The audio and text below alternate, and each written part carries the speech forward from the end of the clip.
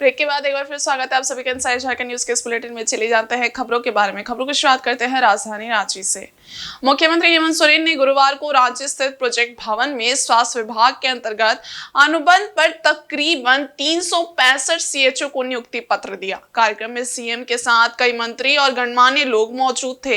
इस दौरान पहली बार राज्य में सीएचओ के पद पर ट्रांसजेंडर को नियुक्त किया गया। इस मौके पर सीएम हेमंत सोरेन ने कहा कि हम लोगों ने पूर्व में पशु चिकित्सकों, चिकित्सा पदाधिकारियों, लैब असिस्टेंट, पहली बार फॉरेंसिक लैब साइंटिस्ट, आयुष चिकित्सकों, दंत चिकित्सकों, ए ग्रेड नर्स की नियुक्तियां की। मुख्यमंत्री ने कहा कि हम लोगों ने चुनौती भरे वक्त में भी जेपीएससी के माध्यम से नियुक्तियां, पहली बार कृषि पदाधिकारियों की नियुक्ति, हॉर्टिकल्चर में पदाधिकारियों की नियुक्ति, पंचायत सचिव की नियुक्ति, लिपिक की नियुक्ति, लेखपाल की नियुक्ति, शिक्षकों की नियुक्ति, जूनियर इंजीनियर, सहायक इंजीनियर की भी नियुक्ति की है। हजारों नियुक्तियां हुई हैं और हजारों नियुक्तियां प्रक्रिया के अंतर्गत है। सीएम हेमंत सोरेन ने कार्यक्रम में उपस्थित सभी सामुदायिक स्वास्थ्य पदाधिकारियों का स्वागत करते हुए कहा कि सरकार के साथ आप सभी लोग नई पारी की शुरुआत करने जा रहे हैं। आप सभी ऐसी कड़ी का पदभार संभालने जा रहे हैं जहां सरकार की स्वास्थ्य व्यवस्थाएं लोगों तक कैसे पहुंचेंगी, इसकी जिम्मेदारी आप सभी पर आज से है। सीएचओ स्वास्थ्य विभाग के ऑलराउंडर की भूमिका में हैं। झारखंड की भौगोलिक संरचना और यहाँ की सामाजिक व्यवस्था को देखते हुए आपको ऐसे कार्य करना होगा कि स्वास्थ्य सेवाओं को हम सरलता से यहाँ के लोगों तक पहुँचा पाएं। मैं लोहरदगा से आई हुई हूँ और मुझे बहुत ज़्यादा ही खुशी हो रहा है नियुक्ति पत्र मिल करके। क्या भूमिका आपका रहेगा इसमें? सीएचओ में ऐसा है कि कम्युनिटी हेल्थ ऑफिसर जहाँ पे गांव में हम लोग को मिलेगा, सामुदायिक स्वास्थ्य केंद्र में मिलेगा, जहाँ भी अच्छे डॉक्टर्स की ट्रीटमेंट नहीं प्रोवाइड की जाती है तो वहाँ पे हम लोग अपना ट्रीटमेंट देंगे। और लोगों का यही कहना है कि हम यहाँ तक मेहनत करके पहुँचे हैं, मेहनत करके हम लोग यहाँ तक पहुँचे हैं तो अपना कार्य अच्छे से किया जाए। और मुझे आज हेमंत सोरेन के हाथ से मिला है नियुक्ति पत्र। मैं बहुत खुश हूँ और मैं इस कार्य में बहुत आगे जाना चाहती हूँ और झारखंड जो पिछड़ा है स्वास्थ्य के क्षेत्र में, मैं उसे आगे ले जाना चाहती हूँ। ऐसे ऐसे गांव यहाँ पर हैं जहाँ के लोगों ने आज तक शहर नहीं देखा है।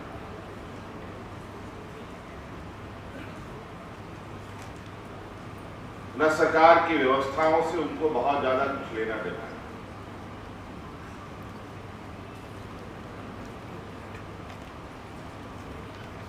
बहुत सारे लोग आज के दिन में भी गांव में झाड़ फूक और अपने आधे अधूरे ज्ञान जड़ी बूटियों के आधार पर अपनी परंपरागत तरीके से स्वास्थ्य उपचार में लगे रहते हैं।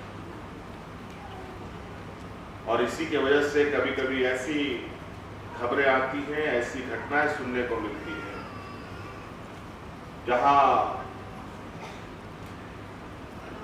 आज के इस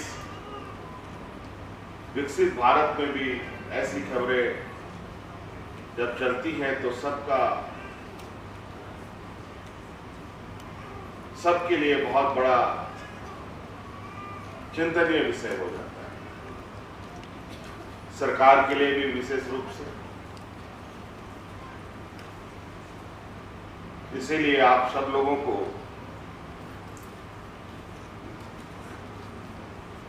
राज्य के लोगों को स्वास्थ्य के प्रति एक विश्वास के साथ आपको भी जुड़ना है और उनको भी जुड़ना है। अभी कल ही मैंने एक खबर सुनी कि चाईबासा का कुछ मजदूर किसी दूसरे प्रदेश में किसी उद्योग में काम करते थे और वो शायद कोई केमिकल फैक्ट्री थी और उस केमिकल फैक्ट्री में कुछ दुर्घटना हुआ। झारखंड के शायद 2-3 मजदूर की मृत्यु हो गई और एक मजदूर शायद मृत्यु के कगार पर है। लेकिन बड़ी अच्छी बात यह है कि उस कंपनी ने अपनी एक पॉलिसी बनाई हुई है और उसमें यह था कि जो भी मजदूर हमारा मारा जाएगा उसको मुआवजा के तौर पर उनके परिवारजनों को 1 करोड़ रुपया दें। विधानसभा चुनाव के सिलसिले में भारतीय जनता पार्टी घोषणा पत्र बनाने की दिशा में आगे बढ़ रही है। पार्टी के प्रदेश अध्यक्ष बाबूलाल मरांडी ने गुरुवार को रांची में सुझाव आपके संकल्प हमारा अभियान की शुरुआत की। इस मौके पर घोषणा पत्र समिति के संयोजक अनंत ओझा और मीडिया सेल के शिवपूजन पाठक भी उपस्थित थे। प्रदेश अध्यक्ष बाबूलाल मरांडी ने कहा कि भारतीय जनता पार्टी का घोषणा पत्र संकल्प पत्र के नाम से जाना जाता है। संकल्प पत्र जन आकांक्षाओं के अनुरूप हो, इसके लिए पार्टी ने पूरी रूपरेखा तय कर ली है। सोशल मीडिया के माध्यम से राज्य की आम जनता अपने सुझावों को पार्टी फॉर्म पर रख सकती है। इसके लिए एक व्हाट्सएप नंबर भी जारी कर दिया गया है। प्रदेश अध्यक्ष ने बताया कि सोशल मीडिया के अलावा पार्टी के नेता और कार्यकर्ता प्रखंड से लेकर प्रमंडल स्तर तक समाज के हर वर्ग तक संपर्क करेंगे और उनके सुझावों का संग्रह करेंगे। उन्होंने कहा कि राज्य का युवा वर्ग, किसान वर्ग, महिला वर्ग और उद्यमी समूह समेत हर वर्ग तक पहुंचने का प्रयास किया जाएगा और उनके सुझावों को घोषणा पत्र में शामिल करने की चेष्टा की जाएगी। तकलीफ को दूर क्या कैसे कर सकते हैं या उनके लिए हम क्या कर सकते हैं, तो इस प्रकार की सभी वर्गों से हम सब लोग ये सुझाव लेकर एक झारखंड की पार्टी की ही नहीं बल्कि झारखंड की जनता का वो घोषणा पत्र होगा। पार्टी का सिर्फ उसमें संकल्प रहेगा कि हम पार्टी के या सरकार बनेगी तो संकल्प को हम सब लोग पूरा करेंगे। उसके लिए समिति प्रमंडल स्तर पर भी जाएगी। झारखंड की जो महत्वपूर्ण जिला है जहाँ पर कुछ जगहों से लोगों को बुलाकर वो लोगों से मिलना, उनसे जानकारी लेना, यानी उन सारे चीजों को समाहित कर दें। ये कुल मिलाकर के व्यापक जिसको कहते हैं कि चर्चा करके लोगों से विषय वस्तु लेकर के एक घोषणा पत्र तैयार करना है। ये पार्टी की ओर से यह तय हुआ है और कोशिश हम सब लोग करेंगे कि कम से कम पूरा प्रदेश में कोई भी वर्ग, कोई भी क्षेत्र नहीं छूटे जो उस घोषणा पत्र में समाहित न हो पाए। तो इस प्रकार की हम सब लोगों ने पूरा तय किया है। तो हमें लगा कि आपको मैं संक्षिप्त में अपनी ओर से कह रहा हूँ, फिर थोड़ा हम चाहेंगे कि हमारे जो संयोजक है, राजमाल से विधायक है श्री अनंत ओझा जी, जिन्होंने होमवर्क भी किया है और 1-2 बैठकें भी हो चुकी हैं इस बार, लेकिन अब फील्ड की ओर लोग जाएंगे, कुछ तकनीकी पहलू है, विषय है, तो हम आनंद जी से कहेंगे कि भाई आप थोड़ा सा आपको एक बात उस पर प्रकाश डाल लेंगे, फिर लोगों की थोड़ी जिज्ञासा होगी तो उस पर। मौके पर घोषणा पत्र समिति के अनंत ओझा ने कहा कि प्रधानमंत्री नरेंद्र मोदी चाहते हैं कि झारखंड एक बेहतर राज्य बने। समाज के हर वर्ग की आकांक्षाओं को पार्टी के संकल्प पत्र के माध्यम से पूरा करने का प्रयास किया जाए। इस लिहाज से सुझाव आपके संकल्प हमारा अभियान की शुरुआत की जा रही है। सपनों का झारखंड, बेहतर झारखंड हम कैसे बनाएंगे, इसके लिए आदरणीय प्रधानमंत्री नरेंद्र भाई मोदी जी ने जो गरीब, युवा, किसान और महिला,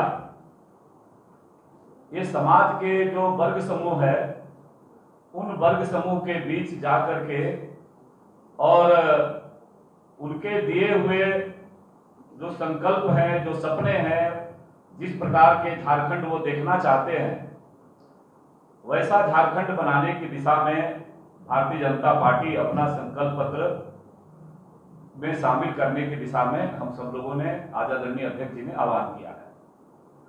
और इसी के तहत समाज के जितने वर्ग समूह हैं, चाहे हमारे संविदा कर्मी हैं, चाहे राज्य के विभिन्न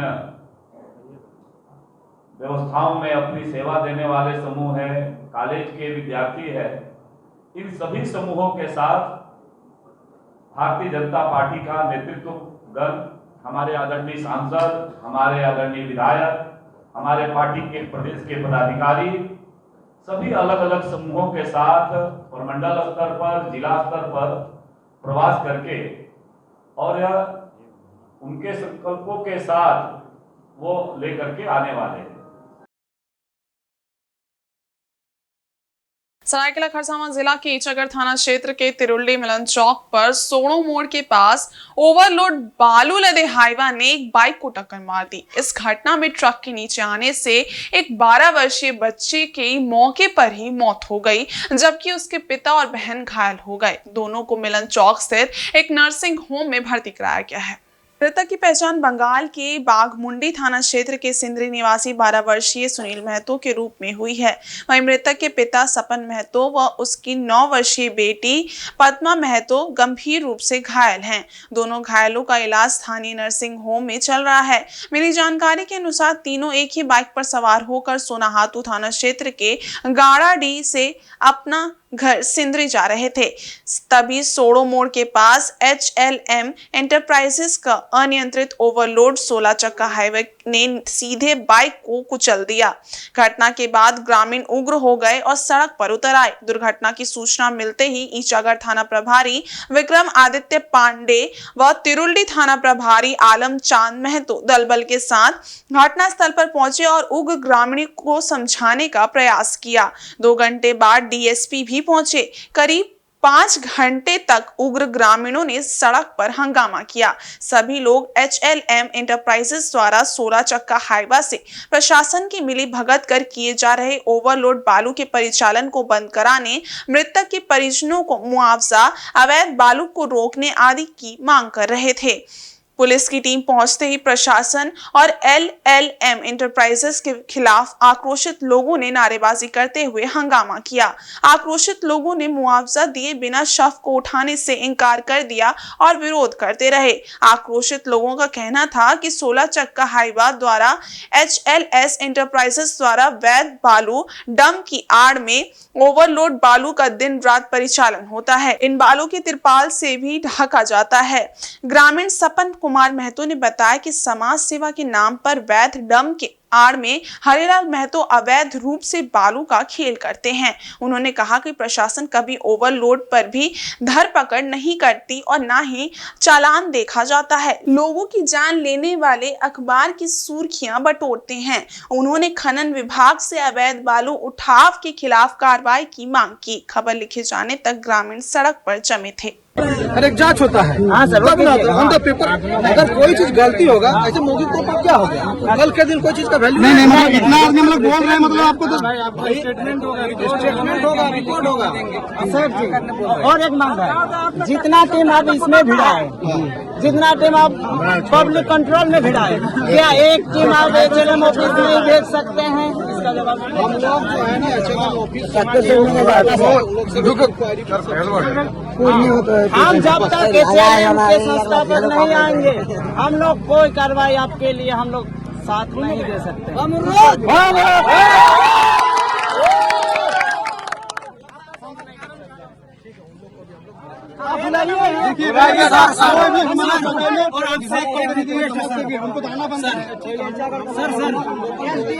सर आपसे एक विशेष रिक्वेस्ट है, इतना बड़ा गाड़ी रोड के यहाँ पे अलाउ है क्या? इसका भी जानकर हम लोग सर, जो माल जा रहा, माल जो चल रहा है के लिए ये गाड़ी है, चालान सही है क्या सर? इतना बड़ा गाड़ी के लिए हम लोग नहीं छोड़ेंगे।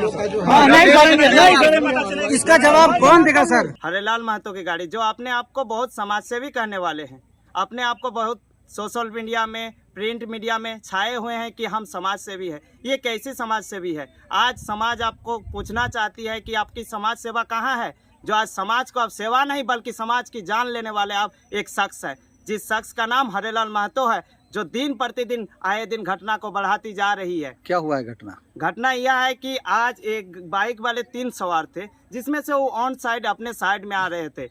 इनका गाड़ी ओवरलोडिंग हाईवे, जो दिन प्रतिदिन रात दिन मिली भगत है। ये नहीं कहते हैं कि हरिलाल महतो की एक दोष है, इसमें प्रशासन की मिली भगत है और प्रशासन दिन प्रतिदिन इसके साथ पोसा हुआ कुत्ता बोलते हैं वही वाला है ये लोग, 1 नंबर का। और उसी से मिली भगत करके हुए ओवरलोडिंग। ना इनके ड्राइवर के पास कोई लाइसेंस है, ड्राइवर एक्सीडेंट करता है, ड्राइवर भाग जाता है। क्या यही है?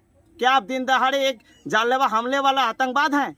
लोड है, ओवरलोडिंग लोड है, जिसमें से ना ढका हुआ इसका तिरपाल है, जो बैक साइड हवा चलेगी तो पीछे वाला गाड़ी का क्या हाल होगा, सब बालू आंख में घुस जाएगा। क्या आप सेफ्टी के बारे में बात करते हैं? क्या प्रशासन कभी इसका जांच करती है? किसी के पास लाइसेंस नहीं रहता है मोटरसाइकिल वाला तो 1000-1200 रुपया चालान लेता है लोग। क्या ये गाड़ी में ये लोग चालान काटता है? पुलिस प्रशासन कभी नहीं काटती है, बल्कि इन लोग का मिली भगत के चलते आज ईचागढ़वासी दिन प्रतिदिन जानलेवा हमला का शिकार हो रहे हैं, जिसका एक नंबर जिम्मेवारी हरेलाल महतो है और दूसरी जिम्मेवारी प्रशासन है। प्रशासन के मिली भगत के कारण आज ये हाल हो रही है और आए दिन होते रहेगी। लेकिन जनता का एक ही मांग है कि आप लोग ये बंद कीजिए जानलेवा हमला, नहीं तो आने वाले दिन ना आपका चेहरा दिखेगा, ना आपका पार्टी का चेहरा दिखेगा, ना कुछ, सब पूरा साफ हो जाएगा। आप लोग को हम लोग बार बार चेतावनी देते हैं कि आप लोग सेफ्टी को सबसे पहले मूल मुद्दा रखिए। सेफ्टी को मूल मुद्दा रखते हुए आप जो काम लीगल काम कीजिए, अनलीगल काम मत कीजिए। क्या आपके पास चालान है? क्या आपके ड्राइवर के पास लाइसेंस है? क्या आपका स्पीड मीटर है? कुछ नहीं है। ये सब लापरवाही। क्या हम हैं तो सब है, हम हैं तो सब है। ऊपर से लिखते हैं समाज से भी कुछ का एम्बुलेंस नहीं। आप कार्यालय खोलते हैं, कार्यालय में पानी और चाय और दारू पिलाते हैं, लेकिन अभी आप कहाँ गए? अभी खुलेगा, आप आइए और देखिए कि हाल तो क्या है। रोज चल दिए, जनता को चढ़ा दिए, यही तो हुआ। पैसा से खरीद लिया है सब कुछ, नहीं होता है। आपका परिचय? सपन कुमार महतो, लिस्टाटर।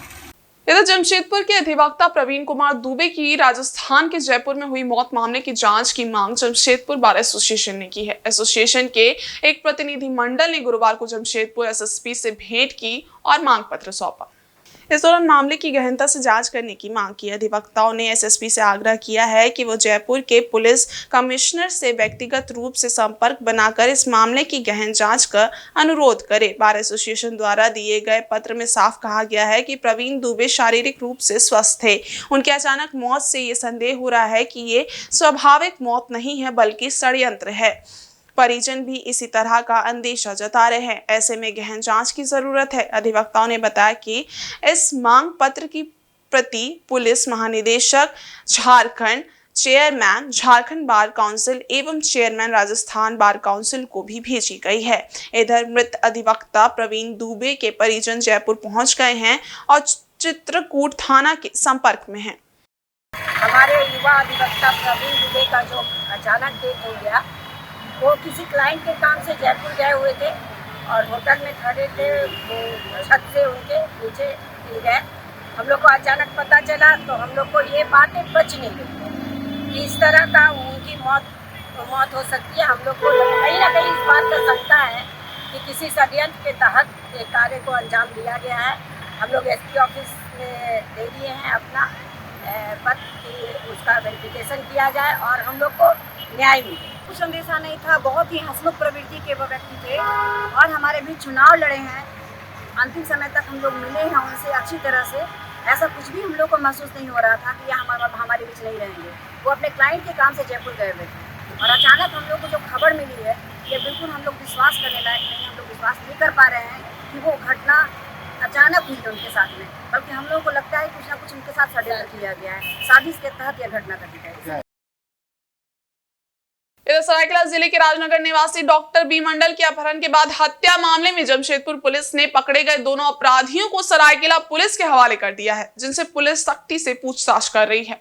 डॉक्टर बी मंडल की हत्या को अंजाम देने के बाद बिना नंबर के सफेद रंग की कार से भाग रहे अपराधियों को पुटका पुलिस ने गिरफ्तार कर लिया है। इनके पास से हत्या में प्रयुक्त हथियार भी बरामद किया गया है। तो ये राजनगर थाना क्षेत्र से एक चिकित्सक के अपहरण के बारे में सरायकेला पुलिस के द्वारा सूचना दी गई थी और प्रातः की ये घटना है और उसके बाद तुरंत ही जो राजनगर से सटा हुआ जो जमशेदपुर के जो थाने हैं कोवाली और पुटका, उन दोनों को ही तुरंत ही एक्टिवेट किया गया और तुरंत ही जो है नाके लगा करके जो दोनों अपराधकर्मी इसमें जो शामिल थे, उन दोनों अपराधकर्मी को जो वाहन उसमें प्रयुक्त हुआ था उसके साथ में जो है हिरासत में लिया गया है और उनसे पूछताछ की जा रही है। इस संदर्भ में सरायकेला पुलिस को उन दोनों को सौंपा भी गया है और आगे उनके स्तर से कार्रवाई की जाएगी। वहीं चक्रधरपुर रेल मंडल में लगातार हो रहे रेल हादसों के बावजूद रेलवे के अधिकारी कोई सबक नहीं ले रहे हैं। ताजा मामले में सोनवा रेलवे स्टेशन में एक बड़ा रेल हादसा होते होते रह गया। दरअसल सोनवा स्टेशन में फुट ओवर ब्रिज से एक मालगाड़ी का खुला दरवाजा टकरा गया। इससे फुट ओवर ब्रिज क्षतिग्रस्त हो गया। इस घटना में गनीमत रही कि फुट ओवर ब्रिज का ऊपरी ढांचा मालगाड़ी पर नहीं गिरा, नहीं तो एक बड़ा हादसा सोनवा स्टेशन में हो जाता, जिससे भारी जानमाल का नुकसान हो सकता था। घटना गुरुवार सुबह करीब 9:57 की है। जानकारी के मुताबिक अप लाइन में गुजर रही बक्स NPL नामक मालगाड़ी का दरवाजा खुला था। ट्रेन तेज रफ्तार में चल रही थी। मालगाड़ी के सोनवा स्टेशन से गुजरते समय मालगाड़ी का खुला दरवाजा स्टेशन के फुट ओवर ब्रिज के पोल से टकरा गया। मालगाड़ी का दरवाजा फुट ओवर ब्रिज के पोल से टकराने से पोल क्षतिग्रस्त हो गया, जिससे फुट ओवर ब्रिज क्षतिग्रस्त हो गया है। इस घटना से चक्रधरपुर रेल मंडल में हड़कंप मच गया है। आनन फानन में चक्रधरपुर रेल मंडल के ENDN IOW PW समेत रेलवे के वरीय अधिकारियों व रेल कर्मियों ने सोनवा स्टेशन पहुंचकर स्थिति का जायजा लिया, जिसके बाद क्षतिग्रस्त हो चुके फुट ओवर ब्रिज को हटाने का कार्य शुरू कर दिया गया है। हालांकि घटना से रेल परिचालन आंशिक रूप से बाधित हुआ। घटना के बाद सोनवा स्टेशन में अप और डाउन लाइन के मेन लाइन को बंद कर दिया गया। ट्रेनों को लूप लाइन प्लेटफॉर्म संख्या 1 और 4 में ट्रेनों को धीमी रफ्तार से पार कराया गया। खबर लिखे जाने तक रेलकर्मी मलबे को हटाने में जुटे थे। बता दें कि जिस तरह से CKP रेल मंडल में लापरवाही के साथ ट्रेनों को चलाया जा रहा है और ट्रेनों के साथ साथ पटरियों के रखरखाव में रेल अधिकारी ध्यान नहीं दे रहे, उससे बड़े रेल हादसे की आशंका लगातार बनी हुई है। वहीं पूर्वी सिंहभूम जिले के कोवाली थाना क्षेत्र के देवली में दंपति की नृशंस हत्या के मामले में पुलिस ने कई लोगों को हिरासत में लिया है। पुलिस थाना में सभी से पूछताछ कर रही है। वहीं हिरासत में लिए गए मोहन सरदार के बचाव में सैकड़ों लोग गुरुवार को थाना पहुंचे और उन्हें छोड़ने की मांग की।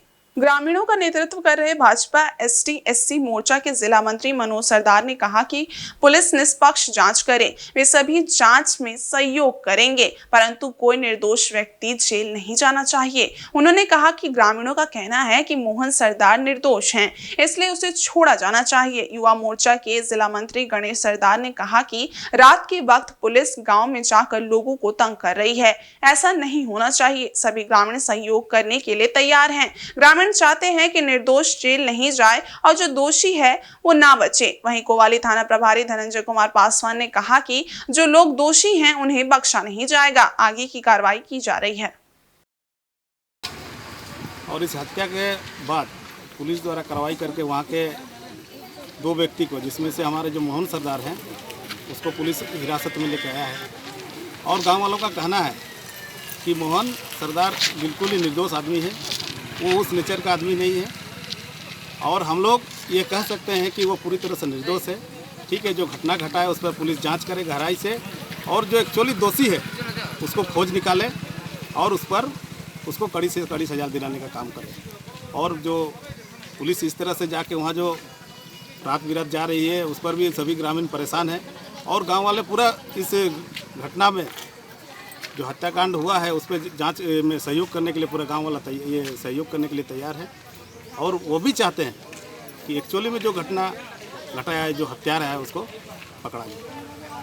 आया कि जो मोहन सरदार को मोहन सरदार और एक आदमी को यहाँ पर पुलिस ने कोवाली थाना लेकर के आई है और इसी सिलसिले में गाँव वालों का कहना है कि मोहन सरदार जो है वो सीधा साधा व्यक्ति है और निर्दोष है और पुलिस के द्वारा उसको उठा करके ले आया गया है और उसको छोड़ दिया जाए, वो निर्दोष है।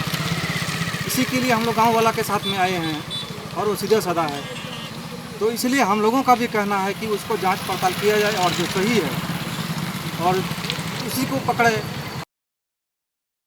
इधर पूर्वी सिंहभूम जिला के घाटशिला अनुमंडल के ग्रामीण इलाकों में इन दिनों काशी फूल उगाए हैं। इनके खिलते ही ग्रामीणों ने खेतों में हल जोतना बंद कर दिया है। इसे लोग प्रकृति सिग्नल के रूप में मानते हैं। लोगों के अनुसार खेतों, नदी व नालों के किनारे उगे काशी फूल यही कहते हैं कि अब खेती खत्म हो गई, इसलिए पूजा की तैयारी शुरू करें।